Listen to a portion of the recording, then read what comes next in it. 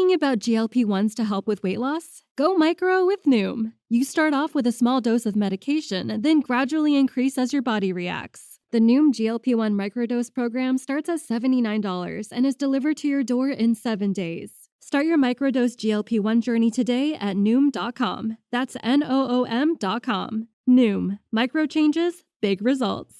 Initial 3-week subscription and 4 weeks of medication from $79 plus tax, and $179 per month plus tax for 7-week subscription thereafter. Final pricing depends on program selection. The last step is actually taking action, because some clients get stuck there. It's like they get it, but they don't go do the homework, you know? And so it's like, this is the full method, and just, putting it kind of names to the things I was seeing.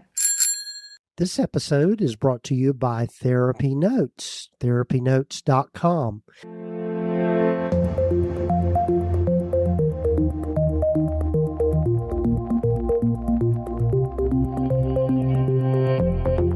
For the past 20 plus years, I've been working in the mental health field as a licensed therapist, private practice owner, coach, and consultant.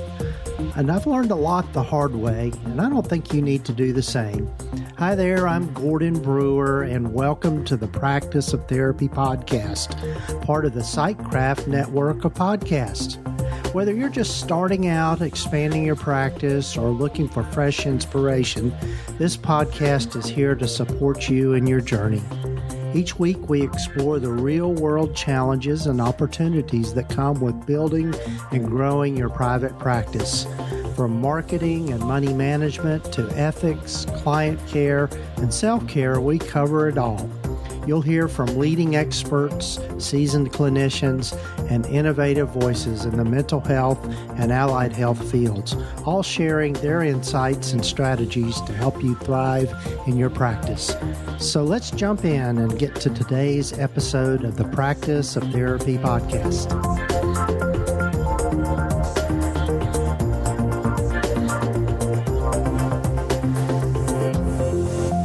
Folks, it's Gordon. Welcome to the podcast. This is episode number 429 of the Practice of Therapy podcast. I'm your host, Gordon Brewer, and looking forward to you hearing from my guest on this particular episode, Tanya Dantus. And Tanya is a clinician that has developed a method called the RIFRA Method, and you're going to get to hear from her about how she developed that and the book she's written and that sort of thing around this particular approach. And it really kind of draws from a lot of different traditions, so I like it because I think of it as an integrative approach. But anyway, she's going to let you know about that, and the acronym RIFRA stands for Root, Impact, Feel, Reflect, and Act. And so again, Tanya's going to fill us in on that and how she came up with this method. I think it's really intriguing. But before we get to that, one of the things I'd like to invite you to do is go over to the website, practiceoftherapy.com, and click on that link up there that says coaching and consulting. And if you've ever been interested in working with me, doing some one-on-one coaching, I'm accepting new clients for that, and you can apply to do some consulting with me. But before that, one of the things that I encourage everyone to do is just go ahead and book a free 15-minute brainstorming session with me, and we can talk about what it is that you're working on or things that you're curious about in your practice and want help with. And so, if you'll go again to practiceoftherapy.com and just click on that link up there that says coaching and consulting, you can get to the page that tells you more about that. And also, before we get to my conversation with Tanya, I'd love for you to hear from our sponsor of the podcast, TherapyNotes. Hi, this is Rachel, Gordon's podcast assistant, and I want to share the platform Gordon trusts for his own practice, TherapyNotes. TherapyNotes is the highest-rated EHR, practice management, and billing software for mental health professionals. It's an all-in-one system for scheduling, notes, billing, and secure client communication. And if you ever need help, their 24/7 customer service is always just a call or email away. Their latest update, Therapy Fuel, uses AI to streamline documentation, generating progress notes, creating contact notes from client messages, and even summarizing client history forms, saving therapists hours every week. Are you ready to give it a try? Head to therapynotes.com, click Start My Free Trial, and use the code Gordon to get your first 2 months free. See why Therapy Notes is the most trusted EHR and the one Gordon chooses for his practice. Please enjoy the rest of the show.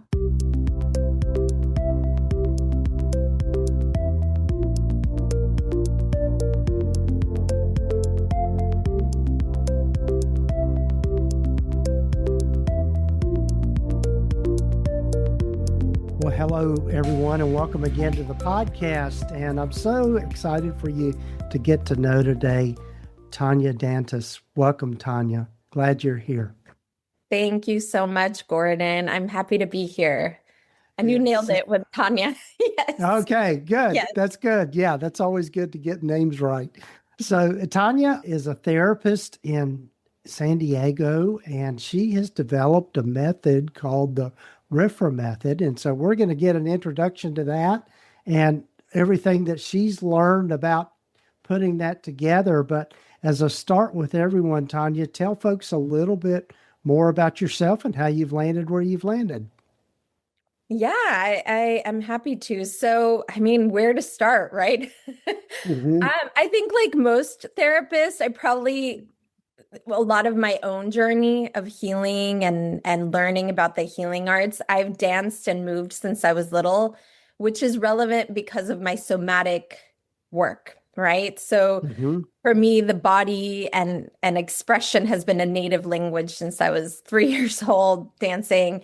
And yeah, in my 20s, I discovered the healing arts. I studied anthropology, and I've lived in many different countries. So I have had the fortune to kind of understand culture and how it impacts people and our behavior. And then, yeah, I studied yoga. I studied a lot of different, also indigenous and Mexico traditions that helped shift my paradigm and just understand different things about healing. And then I eventually got my license. And yeah, I've been working with women in circles and for over 20 years and fully licensed about 6 years. Wow. Yeah. That's great. Great. Yeah. It's interesting how we all, I think the majority of us in these fields land here because of our own stuff, as I like to say. We get curious about that and really delve into it. And then really, I think most of us tend to be naturally helpers. And so we want to help others with what we've learned about ourselves. And that moves us in that direction. So yeah, I always love hearing that from people. 100%. I think it's like when you find something that really works, you want to share it with people. At least that's how I feel, right? Right. So you've developed kind of your own method. And so let's start with that and just tell folks about RIFRA, what that means. And I know that it's related to somatic therapy in some way, or that broad category of type of therapy. So tell us that story.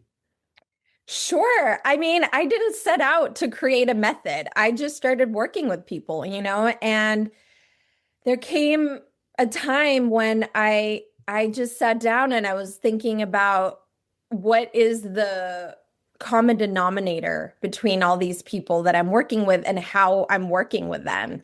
And I started realizing one thing I consistently saw is that people would come in with a certain symptom, right? Or some situation.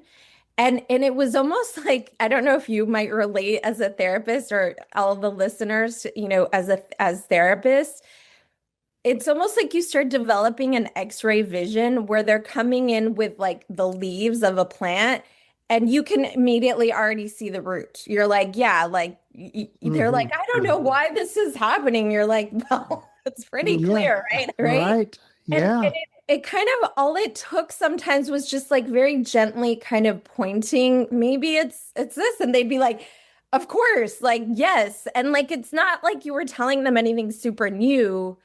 They already felt that or knew that, but they just couldn't, maybe they hadn't been given permission to fully own the impact that had on them. And so it just felt like it was over and over and over again. It was that similar pattern.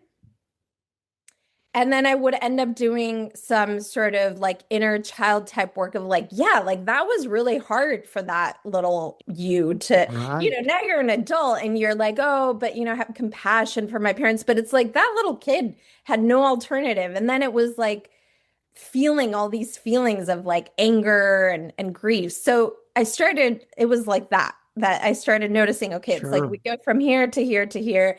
And so I started calling it RIFRA, which is an acronym for root, impact, feel, reflect, and take action. Love it. So, yeah. Yeah. And then there were like the people who would, they would want to skip the feeling part, And so it's like for Right. some people, it's like, that's an important middle one, right? It's like the middle F, like, it's like we got to feel these things, or else you're just still intellectualizing it.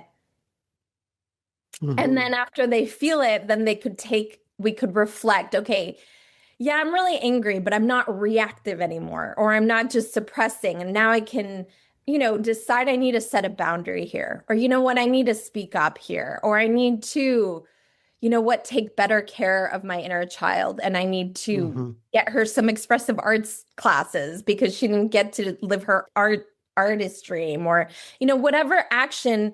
And then the last step is actually taking action, because some clients get stuck there. It's like they get it, but they don't go do the homework, And so it's like, this is the full method, and just, putting it kind of names to the things I was seeing. Yeah, it's interesting how I think most of us that have been doing this kind of work for a long time, we kind of I think all of us develop our own method to some degree, in which we, like you said, we see the same kinds of things over and over again and see the patterns. And I think we very quickly pick up on the different patterns that people bring into session. And so what inspired you to kind of put this into language so that you could share it with others? Yeah, I mean, that's a great question. I think I've gone to therapists. That's I feel like this is new. I haven't really, I'm kind of thinking out loud how that happened. Well, I'm a somatic experiencing practitioner, and somatic experiencing is an approach more than like, it's very different from EMDR, and that EMDR is like a protocol that people go to and like kind of have done on them. And somatic experiencing is much more like a perspective, tools, a way of working with people, even psychoeducation, but there's not like, here's the protocol and I did this on you and we're done kind of thing. Yeah, right. And so I found that some people, when they practice somatic experiencing, how like you become pickier when you're a therapist and you go I found some people don't, like it just could be endless. Like, what am I feeling in my body? I mean, I could just endlessly tell you my sensations are always, as long as we're alive, going to happen. And I could just keep going forever and ever. But it's like, what is the point of this therapy if we don't have like a beginning and an end, like a container for some sort of cathartic process here? Do you know what I'm saying? Yeah. It makes sense. Yeah. It's like it needs some sort of, and so I felt like that was one of the catalysts. Like I felt like I do take people through a process. Like it's not, I can tell when people are, just, I want to see them move through the arc, and there might be a few different rounds, and it's not like you can't go back, but it's like you're giving people a way of working that is empowering to them, because then they can kind of go out and live their life also applying this, like, oh, what do I have to think about? Like, what's the root? And like, how is it impacting me? And like, am I avoiding feeling? And then it's not just so vague that like, I have to be one of those therapists that they just come to me forever and ever and ever and ever and depend on me. Sure. Yeah. So walk us, if it's okay, kind of walk us through, I don't know, maybe a case example or an example of how this works with people, as far as, talking about, okay, let's discover the root here of this. And I'm interested too, how you came up with that particular progression of those different parts?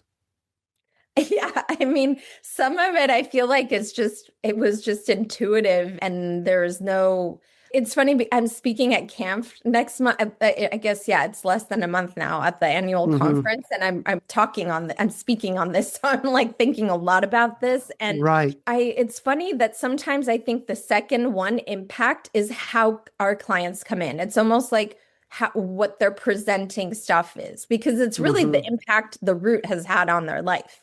So impact is kind of easy, right? So I have a lot of people who are very high functioning and they almost don't, it's like they're really, really smart, but they don't really have insight into what's the matter or like why, And I'm going to kind of think of a composite because I like to not, I try to be careful. So I'll think of like a composite client that Sure. will come in. Yeah.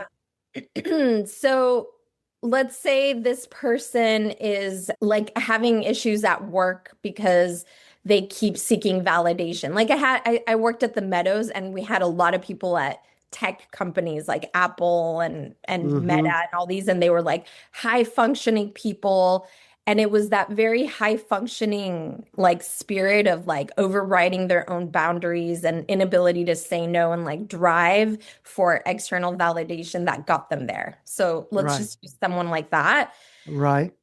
So they were often totally unaware that it was some of their upbringing. Like, so I might in a session, like at the beginning, like we do, I might just, I'm not even introducing the method. I'm just like kind of getting their developmental history and some sense of like, what's your life been like? What are some traits you associate with your mom? What are some traits you associate with your dad?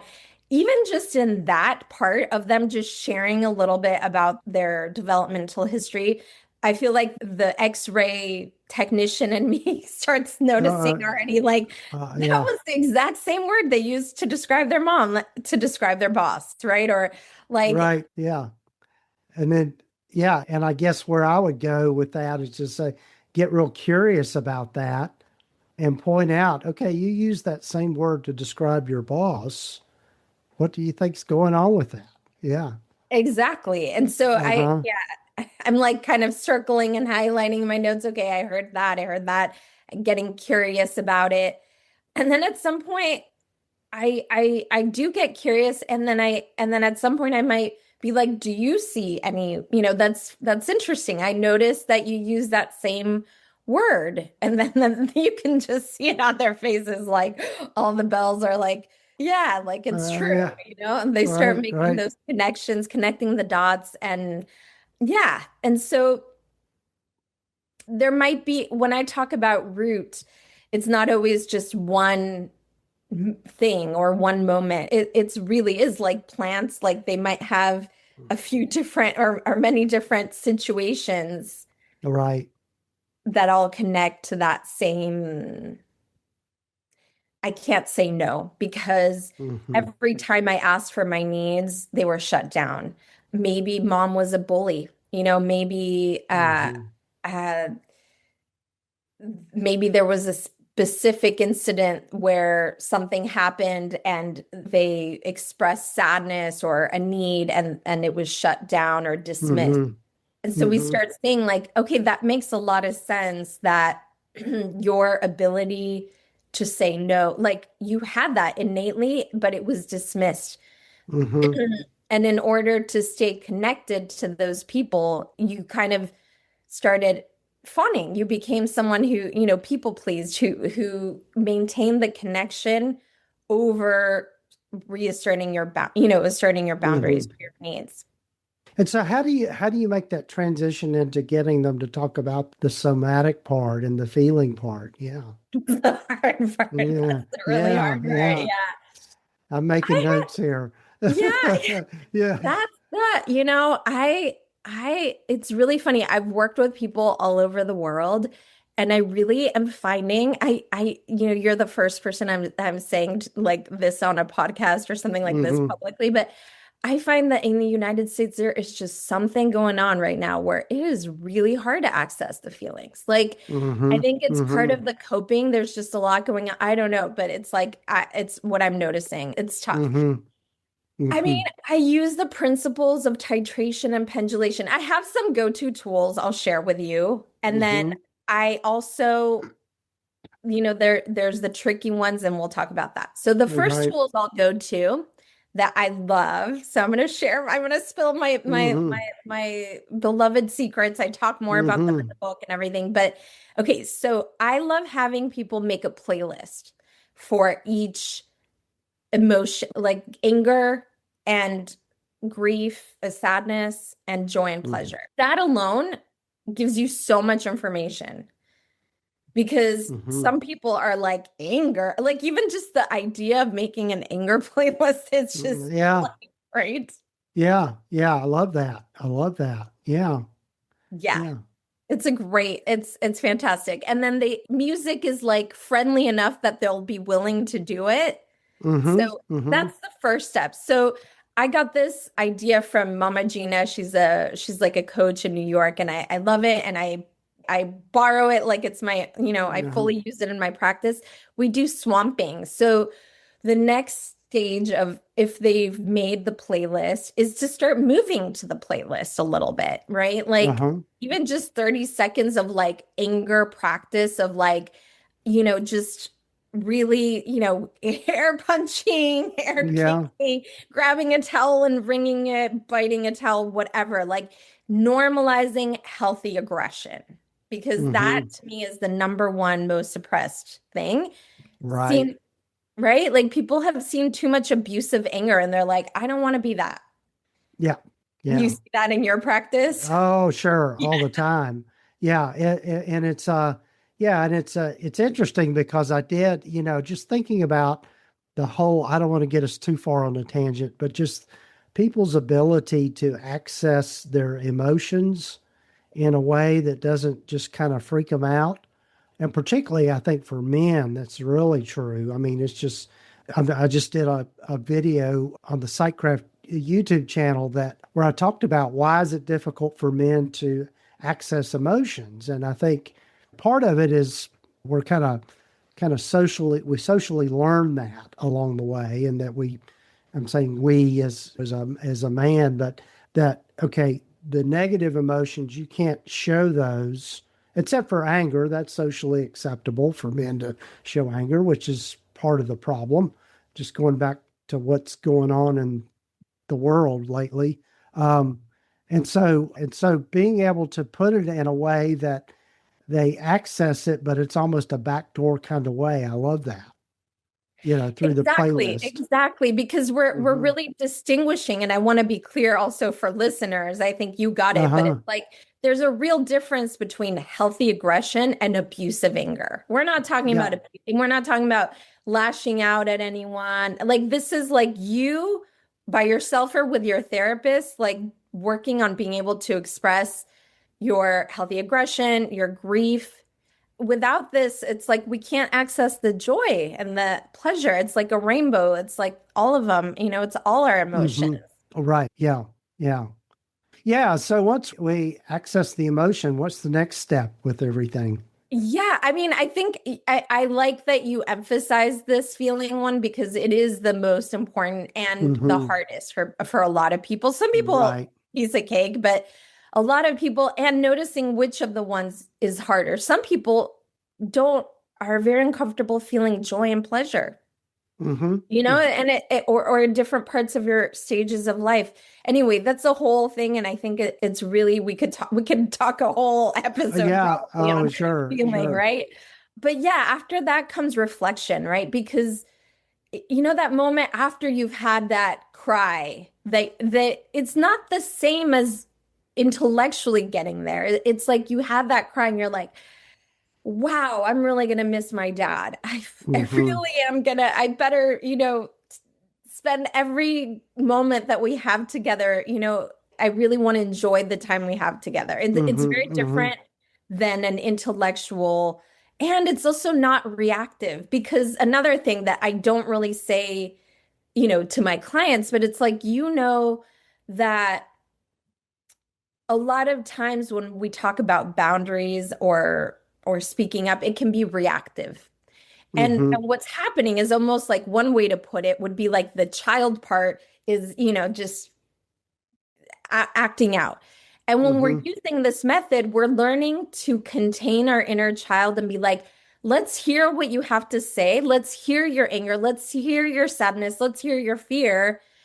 I'm going to take care of it and I'm going to go speak to this person. It's not like a reactive, let me go tell them, I'm mad. It's like let me first hear my inner child's anger. And then now I'm going to, in the reflect part that you were asking, what's after the feel, I've taken the information from what my inner child is feeling.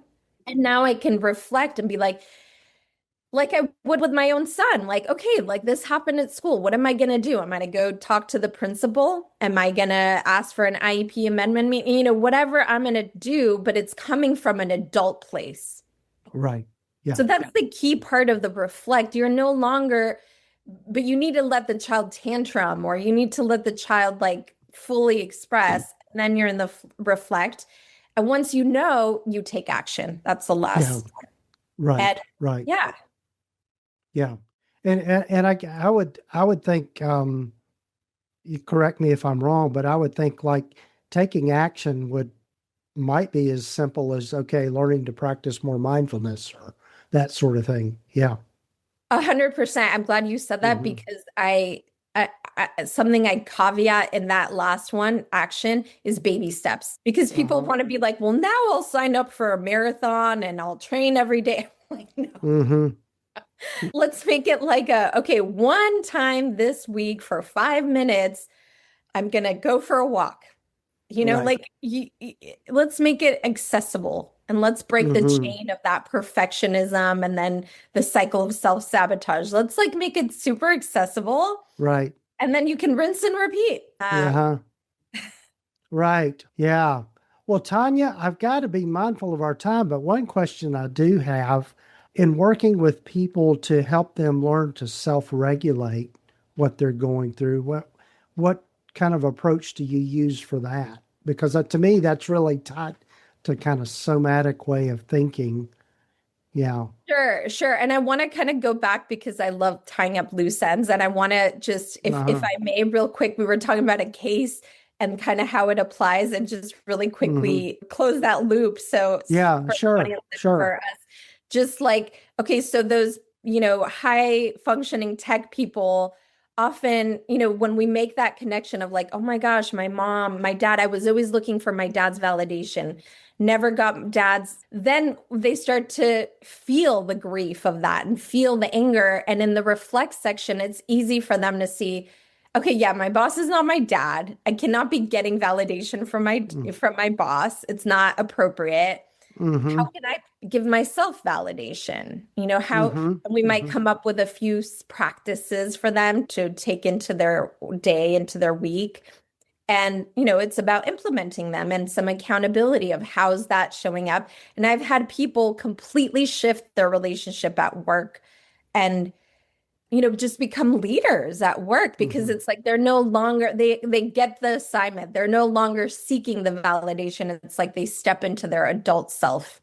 And then I've had other people who realize, what, this environment is not for me, this work environment. And it's not going to work if I start becoming someone who's going to set boundaries. So I'm going to have to think about changing companies, and they start the job search. It has lots of different possible scenarios. I wanted to just wrap that kind of what it looks like.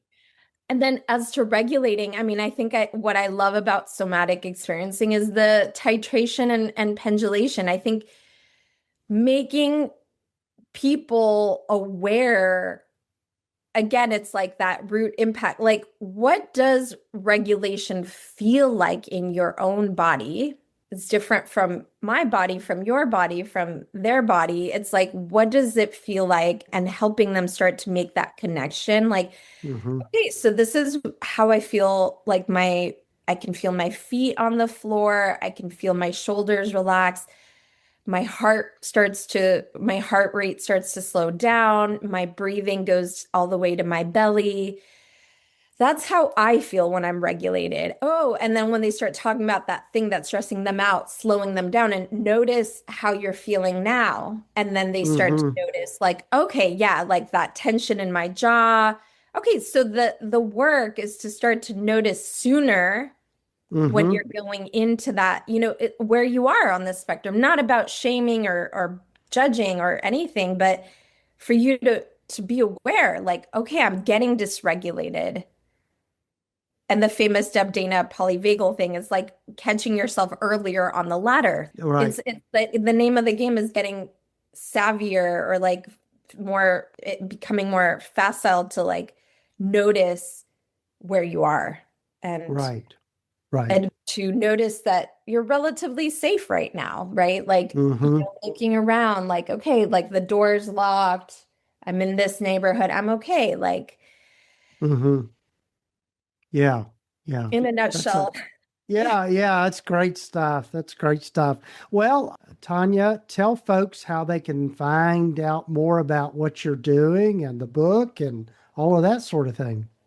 Sure. So my website is tanyadantus.com, Tanya, and then you'll see it on the show notes. And then I'm the same name in Instagram, and my book is out on Amazon called The Power of No: Reclaiming Boundaries, Safety, and Your Voice Through the RIFRA Method. Ah, wonderful. Wonderful. And like you said, yeah, sorry, go I was ahead. gonna say, and if they're at the camp conference, come say hi. Yes. Hi. Yeah. Good. As you mentioned, we'll have all these links in the show notes and the show summary and for people to access them easily. So, Tanya, this has been a great conversation, and hopefully we'll be able to talk again soon. I'd love that. Thank you so much for having me here.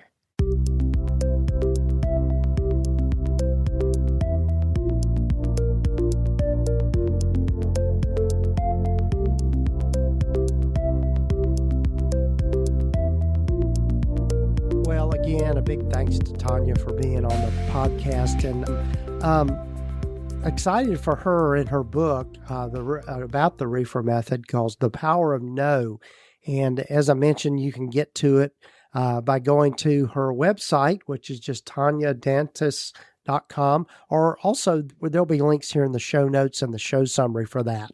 And again, I'm always intrigued by the way that people creatively put things together and just be able to present all the stuff that we know in different ways. And I think it's so valuable for us. So again, thanks to Tanya for being on this episode. Also, I mentioned at the beginning, if you're interested in working with me one-on-one, I'm accepting new consulting clients, and you can find out more about that by going to practiceoftherapy.com and just clicking on that link at the top of the page that says coaching and consulting. And that'll get you to the landing page where you can find out more about that. And one of the things that you can do is book a free one-on-one brainstorming session with me. It's a 15-minute session where we just talk about some of your goals and ways in which you want to change your practice or improve your practice or even start your practice. And I love working with people on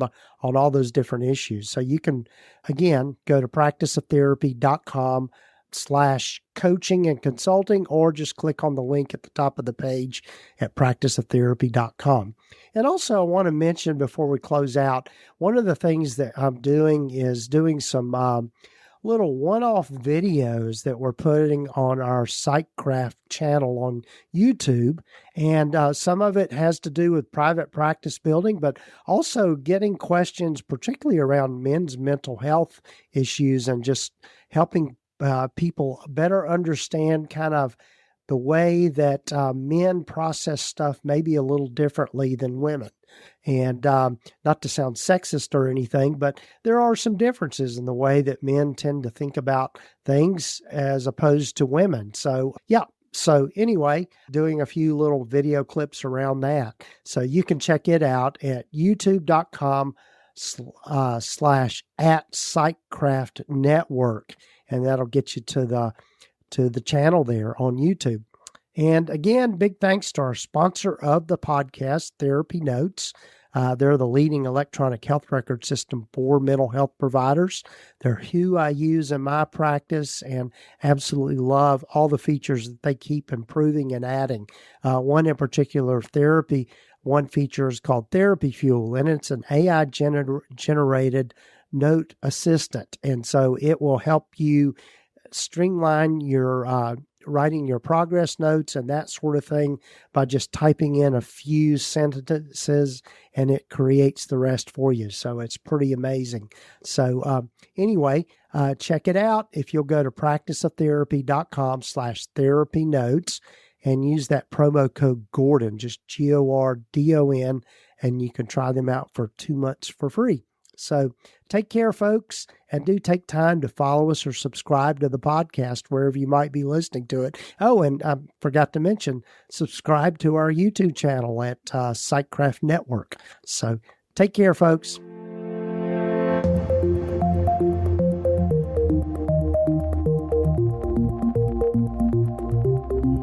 You have been listening to the Practice of Therapy podcast with Gordon Brewer, part of the Psychcraft network of podcasts. Please visit us at practiceoftherapy.com for more information, resources, and tools to help you in starting, building, and growing your private practice. And if you haven't done so already, please sign up to receive the free Private Practice Startup Guide at practiceoftherapy.com. And to find more great podcasts like this one, please visit the Psychcraft Network at psychcraftnetwork.com. The information in this podcast is intended to be accurate and authoritative concerning the subject matter covered. It is given with the understanding that neither the hosts, guests, or producers are rendering legal, accounting, or clinical advice. And if you need help in these areas, be sure to find the right professional to help you with these things.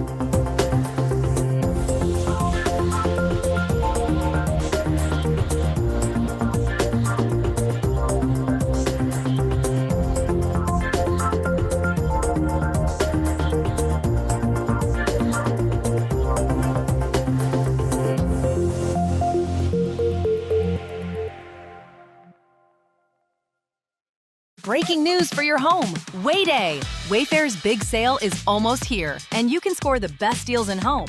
Like up to 80% off everything home. Yes, you heard that right. 80% off with free shipping on everything. Plus surprise flash deals all Way Day long. We're talking outdoor furniture and essentials, rugs, and more. All at Wayfair, and all up to 80% off during Way Day. Shop Wayfair's Way Day from April 25th through 27th. Wayfair, every style, every home.